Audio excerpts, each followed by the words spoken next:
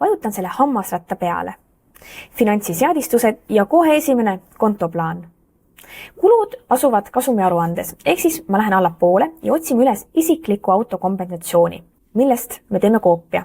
Klikkan peale ja kõige lihtsam on nüüd teha koopia kogu sellest kaardist. Mätan meelde, et 4460 on siin ja ma teen uue 4461 ja kirjutan nimetusse tervisekulud.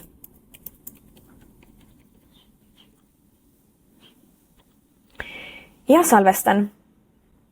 Nüüd on meil olemas konto. Ma olen eelnevalt sisestanud juba aruandvate isikute kuluaruande, mis oli siis trenniarve ja lähme siit, teeme selle lahti ja paneme selle õigele kontole. Ehk siis, kui ma tahan mingeid muudatusi läbi viia, ma vajutan pliiatsi peale. Ja nüüd ma vahetan ära, et siin on hetkel muud tegevuskulud, aga paneme siia tervisekulud.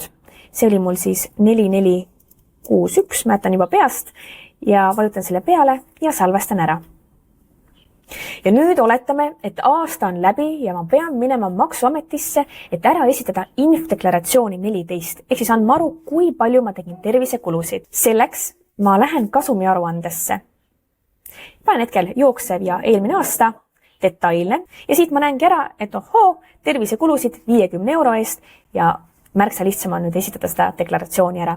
Ja ka endal on väga hea visuaalselt vaadata, mis kulusid ma olen teinud. Täpselt samamoodi analoogselt saad sa teha ka muid kulukontosid, kui sa soovid midagi kindlat jälgida enda ettevõttes.